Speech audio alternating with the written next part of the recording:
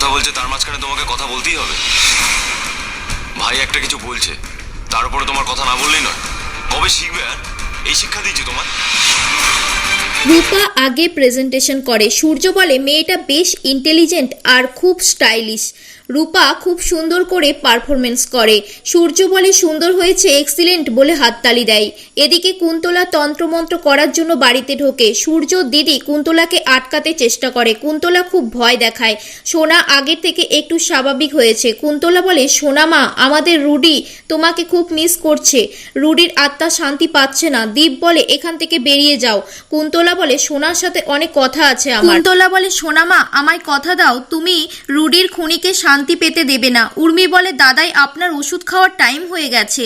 সূর্য বলে আমি আজকে ওষুধ খাবো না, আমার শরীর খুব খারাপ লাগে এই ওষুধ খেলে। দীপা ভাবে কি এমন ওষুধ যেটা খাওয়ানোর জন্য উর্মি এত ব্যস্ত হয়ে গেছে। অবিনাশ বলে ওষুধটা দিন, লাঞ্চের পর আবার ঠিক খাওয়াবেন। অবিনাশ দীপার পাশে দাঁড়ালে সূর্য বলে আপনি কেন ওভাবে দাঁড়িয়ে আছেন, আমার একদম পছন্দ লাগছে না। ওষুধের পাশে দীপা ইচ্ছে করে খাবার ফেলে দেয়। রূপা বলে মা তুমি এটা কি করলে? সূর্য বলে আপনার কোনো কাণ্ডজ্ঞান নেই, উনি একজন ম্যাডাম আর ওনাকে মা বলছেন। দীপা বলে সরি, ওষুধটা নষ্ট হয়ে গেল। উর্মি বলে আমার কাছে আরো ওষুধ আছে। সূর্য বলে তুমি শুনতে পাওনি, আমি আজকে ওষুধ খাবো না।